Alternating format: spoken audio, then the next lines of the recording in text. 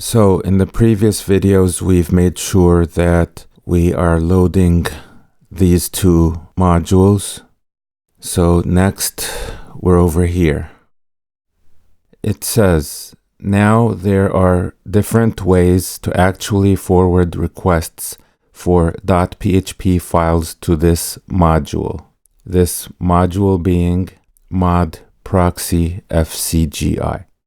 So I'll say it again. Now there are different ways to actually forward requests for .php files to this module, ranging from everything, and that's using proxy pass, and this is a hyperlink by the way, to very specific or rewritten files or patterns using mod rewrite with the P flag. The method I choose, which is using proxy pass match. And notice that proxy pass match is neither the first method over here, which he says forwards everything, nor is it in order to forward very specific files or patterns. Actually, very specific rewritten files or patterns. Okay, so this proxy pass match is different from those other two. One being permitting everything, one permitting very specific files. So the method I chose lies somewhere in between these in complexity and flexibility, since it allows you to set one rule for all PHP content of a specific virtual host, but will only proxy .php files. And by .php files, he means or URLs that contain the text .php somewhere in the request.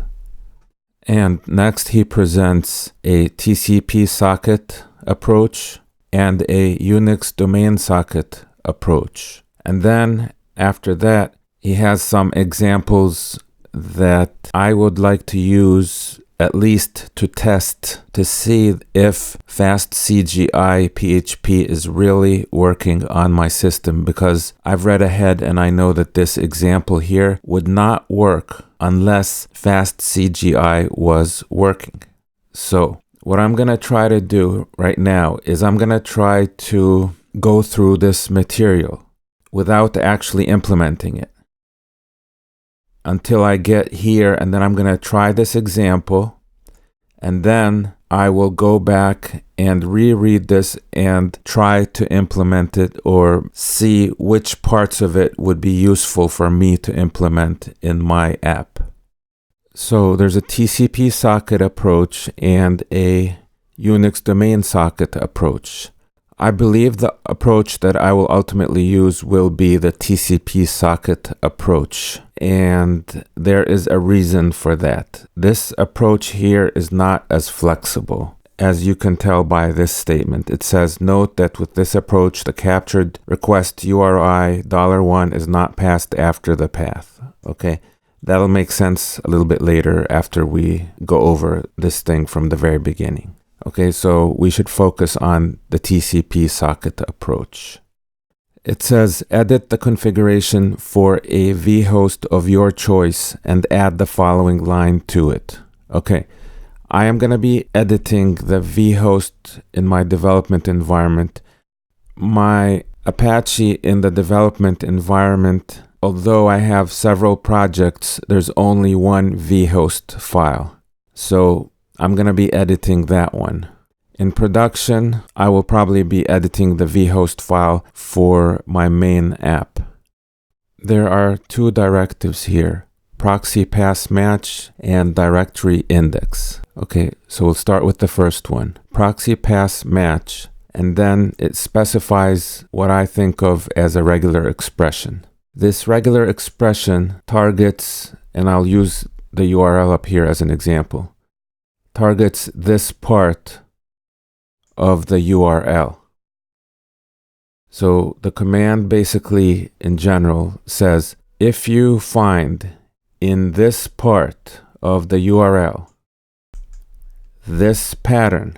Then do FCGI protocol at this IP address and port number, and there you will find a directory system for a computer. Go down this file path to search for a script to execute. And the $1 over here is going to be whatever matches this part of the URL. Okay? And then we have the next one is directory index is either /index.php or index.php. What this directive means is that if somebody puts in a URL, if the client, the browser, puts in a URL that does not specify a file, it just ends with a /, then assume what goes after that / is either index.php, or if they forgot to put the /, so let's say the URL ended in a directory name rather than a file name or a /, then try adding /index.php to try to, or not to try to, but to make that part of the URL, make that the ending part of the URL.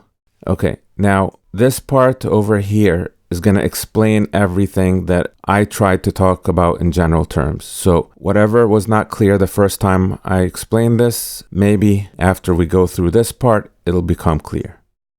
Proxy pass match, that's what's right here. And this directive tells Apache to only proxy content that matches the specified regular expression pattern.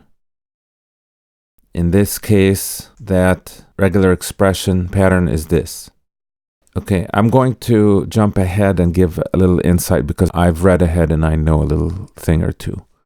Okay, what I believe happens is that Apache processes this directive first, although this one comes after that one. So let's say a user typed in the URL without a file name. It just ended with a /.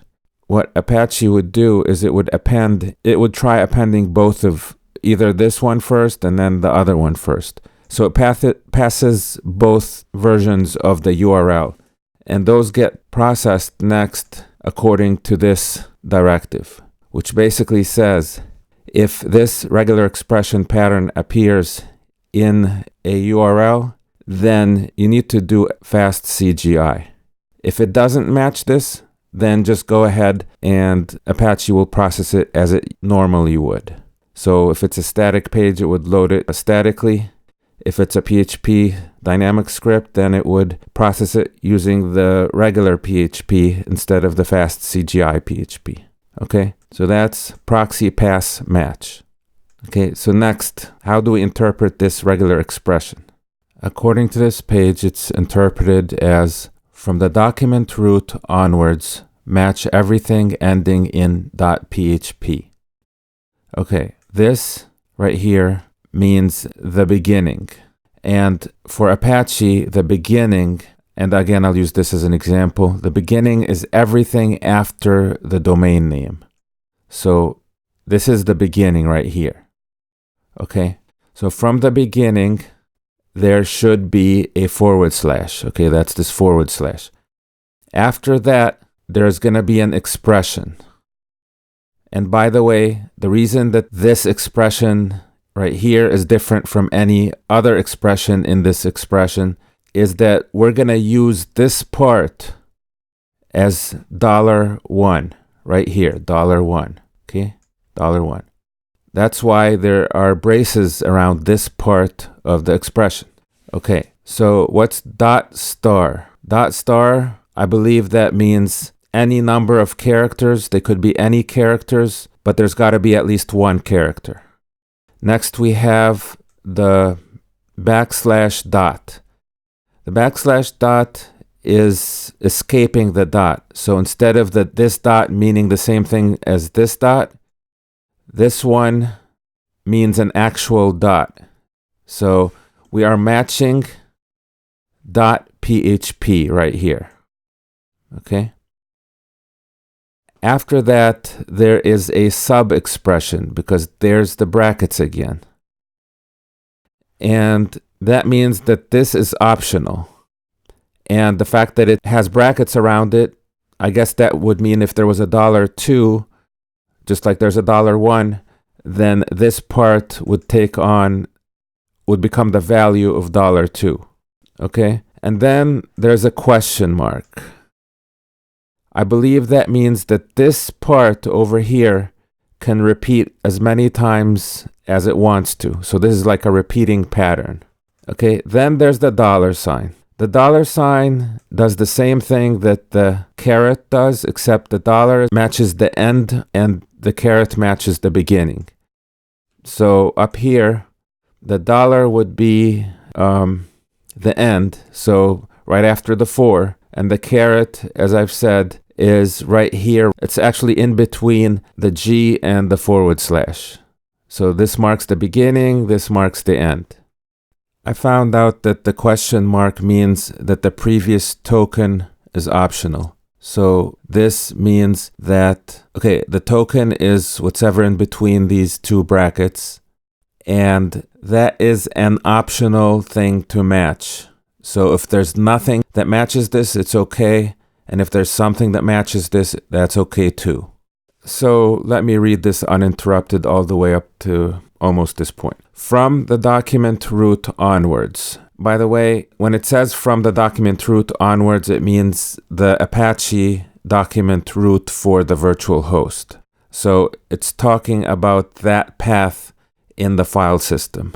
And you could think of that part as being the part that comes after the domain name. So that's what that's referring to. Except because see this right here, this thing between the G and the / symbolizes the beginning, which is actually, as far as Apache is concerned, it thinks of things as belonging in the file system. So that beginning matches the document root, okay? That's what it means. Okay, so it's kind of convoluted. So from the document root onwards, match everything ending in .php. Okay, when it says everything ending in .php, that includes the directories that come before the file name. Okay, and then it says optionally followed by a / and any continued path you like. Okay, that's because some applications use this so-called path info to pass arguments to the PHP script. All right, I've used CodeIgniter a little bit in the past, and I understand what they're trying to say here. Is when you look at a URL for a controller in a CodeIgniter app, the query part of the URL is not going to be like a question mark and then followed by variables, a list of variables and their values. The name of the script is going to be followed, instead of a question mark, it's going to be followed by a / and then a string, and then another / and then another string. Okay? And then the CodeIgniter app, it'll take that and it will interpret it. Apache is not going to interpret it as a file system location. The app itself is going to take on the responsibility of interpreting that part. So this right over here makes an allowance for that part which comes after the file name or script name. I'm going to read this remaining part real quickly, and that'll be it for this video. It'll be continued in the next because this one's too long already. The caret and $signs are used to anchor both the absolute start and end of the URL to make sure no characters from the request escape our pattern match. The nested parentheses enable us to refer to the entire request URI minus the leading / as $1, while still keeping the trailing path info optional. All right.